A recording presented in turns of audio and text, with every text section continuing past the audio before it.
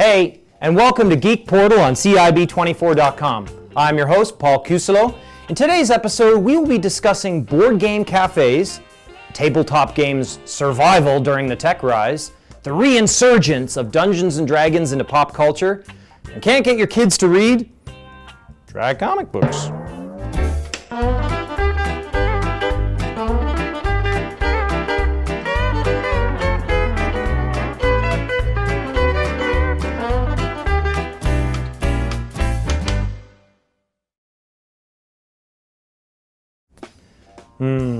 Board games. How quaint. Why would I bother lifting my fat behind and gathering with a group of friends when I can stay home, plugged in, consuming half-frozen cheese-stuffed dough balls and listening to my heart slow down? Now don't get me wrong, I enjoy video games and listening to the cries of anguish from my closest friends as a hail of shrapnel rains down upon them. It's hard to imagine with the PS4, tablets, laptops, and board games that they've even survived this long. Now believe it or not, like the dinosaurs on Site B, they are flourishing. This survival is being aided with the introduction of board game cafes. Yes, it's exactly as it sounds. A coffee shop with hundreds of different games. Basically, you sit down for a nominal fee and play as long as you want. Oh, what variety.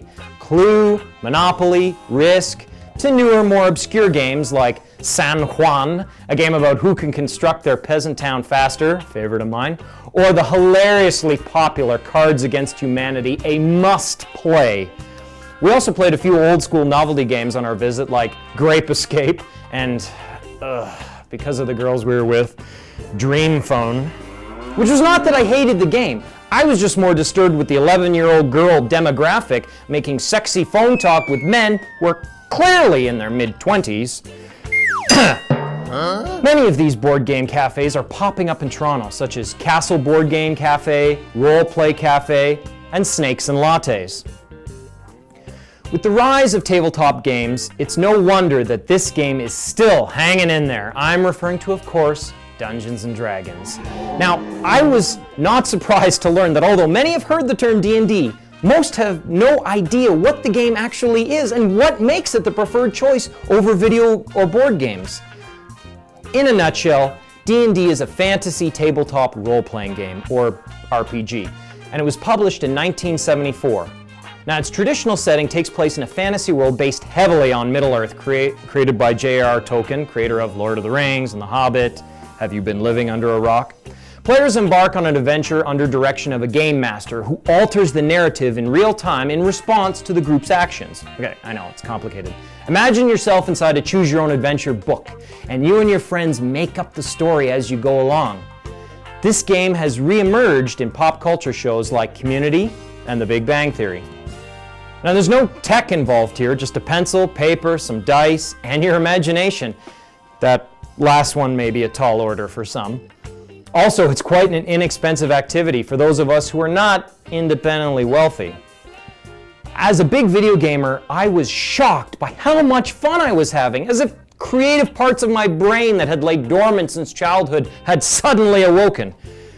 Another side note to mention is D&D is an excellent exercise for actors, creating an in-depth character from the ground up, complete with flaws, and staying committed to that character, making decisions that can have great or devastating consequences. However, unlike video games, there is no save or reset button, which makes the stakes of your decisions much higher. When I finally played it, I said aloud, "How am I only discovering this now?" And yet I've heard of it for over 20 years. With the odd prejudice that seemed to surround D&D over the years, associating it with weirdos who live in their parents' basements and wear pajama pants to Walmart, the same goes to another topic close to my heart: comic books. At times, they were viewed as something only children or the unintelligent would read. Let's look back at the comic book origin for a sec. An early precursor to comics is the Trajan's Column in Rome. Dedicated in 113 AD, it's an early example of a narrative told through sequential pictures. Now, speeding ahead, evolving through history, reaching the 1920s, the market for comic anthologies in Britain turned to targeting children through juvenile humor with the Dandy and the Beano books.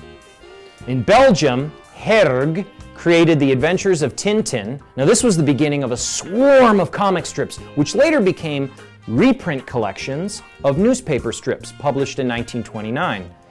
Finally, a market for such comics arose, and in the 1930s, publishers were printing original format.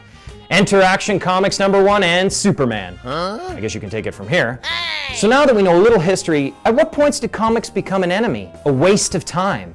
Well, recent studies have shown that getting kids into comic books or graphic novels can be quite beneficiary to their early development.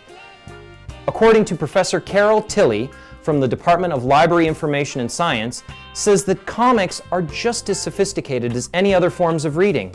There's evidence to show that kids increase their vocabulary and instill the love of reading. English professor Dale Jacobs claims comics are a legitimate form of literature and can encourage reluctant readers to embrace more sophisticated texts. Terry Cooper, a chair of the Emergent Library Network of Windsor, geez, I wonder what their Christmas parties are like. Oh no. She said, "This is a very visual world with smartphones and tablets, and kids are attracted to graphics and in-graphic novels. It's great for kids with weaker language skills, the text is shorter, so they don't have to decode as much. Information and pictures help decode the information. Whether you read comics or novels or the side of the cereal box, isn't the whole point to get people reading more? Well, let's do whatever it takes, people." To get more immersed in the comic book world, check out CIB24's Comic Splash. There they do reviews on the best in comics, and they keep you up to date on the comic news. That's it for today's episode of Geek Portal. Don't forget to like us on Facebook, follow us on Twitter, and check out CIB24.com for more cool videos. Thanks for watching, and I'll see you next week.